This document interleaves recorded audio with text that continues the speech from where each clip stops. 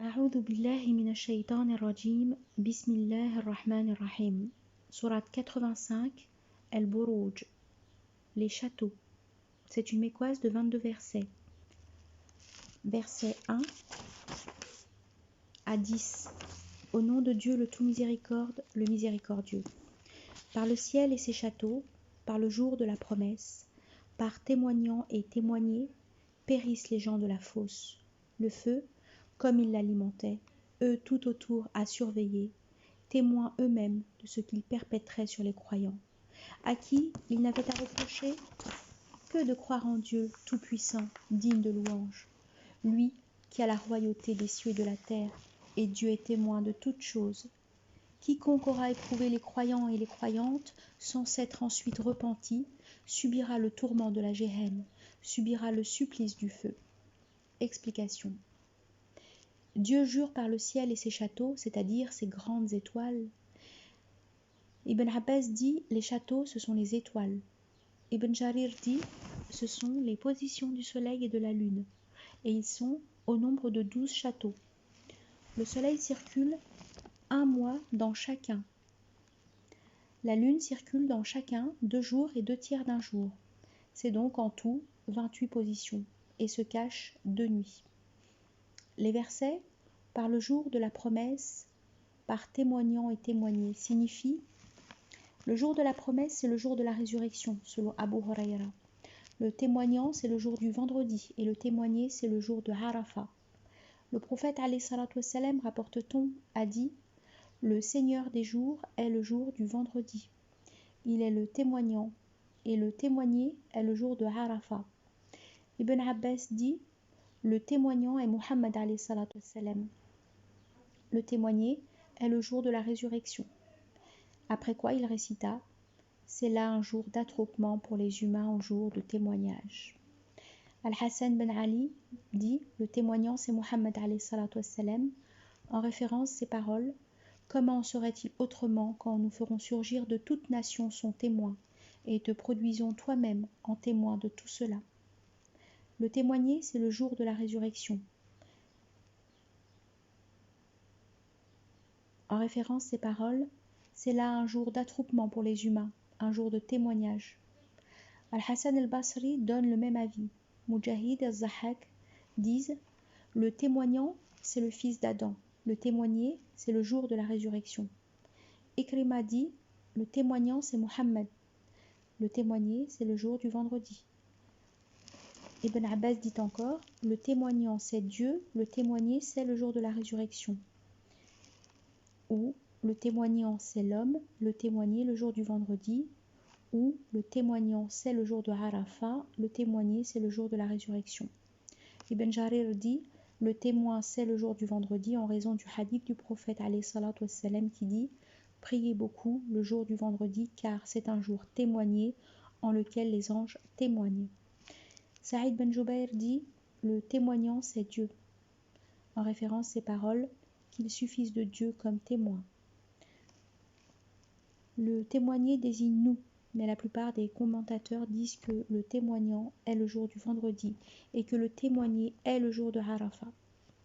Le verset « Périssent les gens de la fosse » signifie « Maudits soient les gens de la fosse ». Ces derniers, informe Dieu, sont des dénégateurs qui avaient humilié des croyants.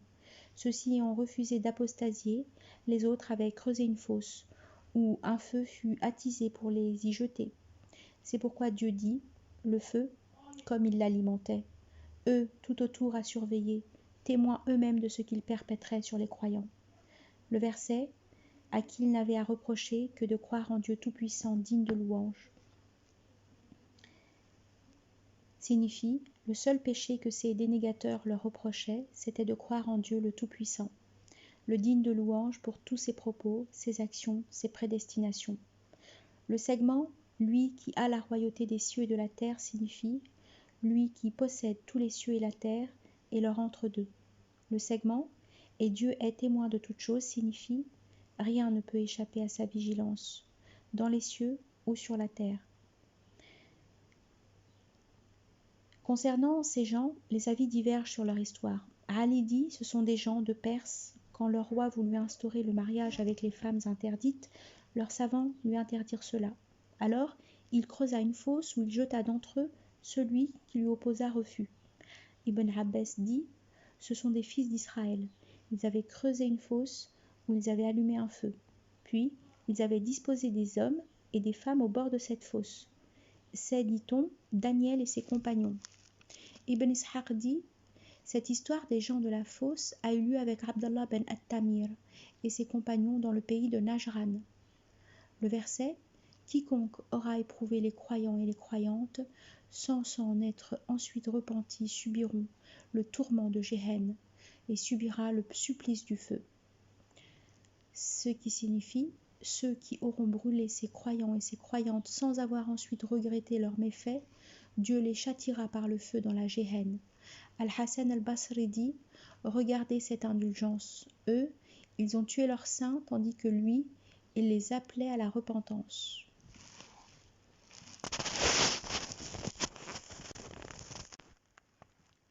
Versets 11 à 22. Tandis que ceux qui croient effectuent l'œuvre salutaire auront des jardins de dessous lesquels des ruisseaux coulent. C'est là le triomphe insigne. Terrible est la violence de ton maître, lui qui instaure et recommence, le tout pardon, l'aimant, le maître du trône de gloire, exécuteur de ce qu'il veut. T'est-il parvenu le récit des armées de Pharaon, celui de Tamoud? Mais quoi? Les dénégateurs s'obstinent à démentir, alors qu'à leur trousse, Dieu les assiège. Silence. Voici un Coran magnanime, issu d'une table bien gardée. Explication. Le verset, tandis que ceux qui croient effectuent l'œuvre salutaire, auront des jardins de dessous lesquels des ruisseaux coulent, signifie, c'est là le triomphe insigne, signifie, les croyants entreront certainement au jardin, c'est là la grande victoire. Quant aux ennemis de Dieu, ils seront jetés en enfer.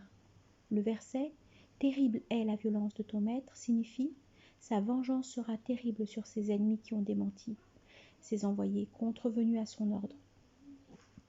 Le verset, lui qui instaure et recommence, signifie, par sa capacité illimitée, il instaure la création et la recommence. Le verset, le tout pardon, l'aimant, signifie, il pardonne le péché de qui s'en repent et se soumet à lui, et il est l'aimant. Le verset, le maître du trône de gloire, est traduit selon une lecture qui juge que la gloire est le qualifiant du trône. Selon une autre lecture, le verset se traduit ainsi, le maître du trône, le glorieux. Le verset, exécuteur de ce qu'il veut, signifie, ce qu'il veut, il le fait sans être interrogé, parce qu'il est sublime, omnipotent, équitable. Les versets, t'est-il parvenu, le récit des armées de Pharaon, celui de Tamoud, signifie, il t'est parvenu le récit de la rigueur que Dieu fit subir à ceux-là sans que personne ne pût la repousser. Cela est une confirmation du verset, terrible est la violence de ton maître. Amr ben Maïmoun dit, le prophète alayhi salatu wassalam passa près d'une femme qui récitait, t'est-il parvenu le récit des armées? Il s'arrêta pour entendre, après quoi il dit, oui, il m'est parvenu. Le verset, mais quoi les dénégateurs s'obstinent à démentir signifie, ils sont dans le doute, la dénégation et l'entêtement. Le verset, alors qu'à leur trousse Dieu les assiège signifie, Dieu est capable de tout leur faire, eux, ils ne peuvent jamais le rendre impotent. Le verset, silence, voici un Coran magnanime signifie, voici un Coran grandiose, honoré.